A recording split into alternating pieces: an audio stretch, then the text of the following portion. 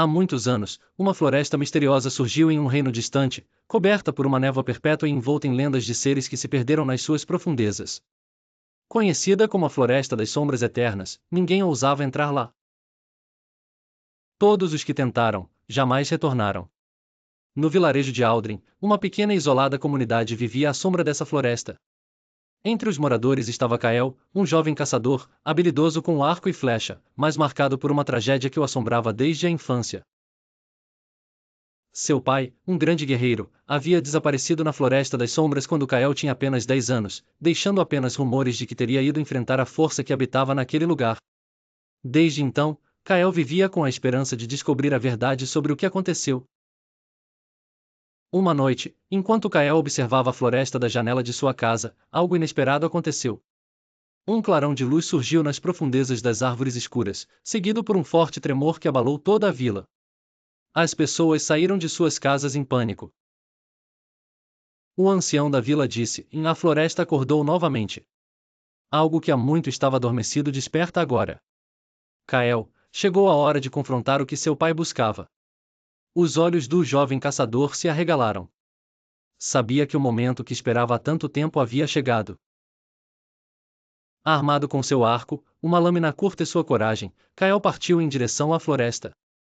Sabia que sua jornada seria perigosa, mas a necessidade de encontrar respostas o empurrava para frente. Ao entrar na floresta, a primeira coisa que notou foi o silêncio. O ar estava pesado, e a névoa espessa parecia ter vida própria, dançando ao seu redor como se quisesse afastá-lo. As árvores, antigas e retorcidas, formavam uma muralha natural que parecia se fechar atrás dele à medida que avançava. Kael pensava que nunca deveria estar ali. Mas sentia que não podia voltar atrás. Precisava encontrar o que estava escondido nas sombras. Horas se passaram enquanto Kael caminhava por entre as árvores, atento a qualquer som ou movimento. A sensação de ser observado seguia a cada passo. Eventualmente, ele chegou a uma clareira onde algo chamou sua atenção, em uma marca antiga esculpida em uma pedra, a mesma marca que ele havia visto no medalhão de seu pai. Aquele era o sinal que indicava o caminho para o coração da floresta. Ao continuar sua jornada, Kael começou a perceber que a floresta estava viva de maneira literal. As árvores se moviam lentamente, e criaturas estranhas espreitavam das sombras, sempre fora de seu campo de visão. Mas não eram apenas as árvores que se moviam. Algo mais profundo estava acordando.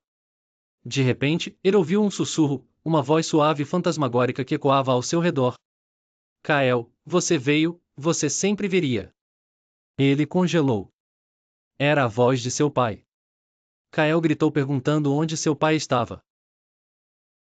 Mas a única resposta foi o eco da própria voz dele, reverberando pelas árvores. Ele sabia que precisava seguir adiante. A névoa ao redor começou a se intensificar, e Kael sentiu que estava entrando em uma nova parte da floresta, um lugar onde o próprio tempo parecia distorcido. Finalmente, ele chegou ao centro da floresta, em uma imensa árvore negra, tão antiga quanto o próprio mundo, com raízes que se estendiam por toda a floresta e galhos que pareciam tocar o céu. Ao pé da árvore, uma figura encapuzada o esperava. Era um homem alto e magro, com um cetro em mãos e olhos brilhando com um azul etéreo. Você veio buscar a verdade, Kael. A verdade sobre seu pai. Mas cuidado, a verdade pode ser mais sombria do que você imagina. Kael, confuso, perguntou quem era o homem. O encapuzado deu um sorriso enigmático e, com o movimento do cetro, as raízes da árvore começaram a se mover, revelando um corpo preso entre elas. Era o pai de Kael, mas algo estava errado. Ele estava preso em um estado entre a vida e a morte. Como se sua alma estivesse presa na árvore. Kael, com raiva, perguntou o que o encapuzado havia feito com seu pai. Ele foi tolo, assim como você, ao tentar desafiar o poder da Floresta das Sombras. Agora, você tem uma escolha, Kael. Se deseja libertá-lo, deve tomar o lugar dele.